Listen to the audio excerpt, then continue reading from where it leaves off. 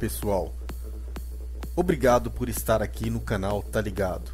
Bom dia, boa tarde, boa noite a todos vocês.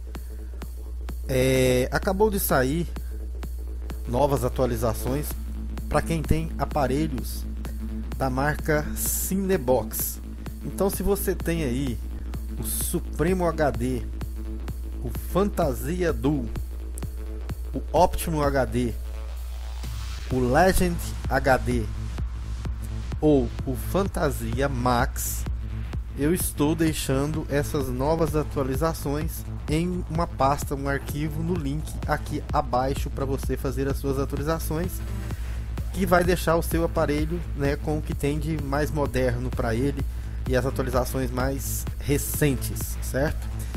Então é só você que já está acostumado a fazer aí a sua atualização do aparelho, pegar esse arquivo, descompactar e fazer a sua atualização. Espero poder ter ajudado.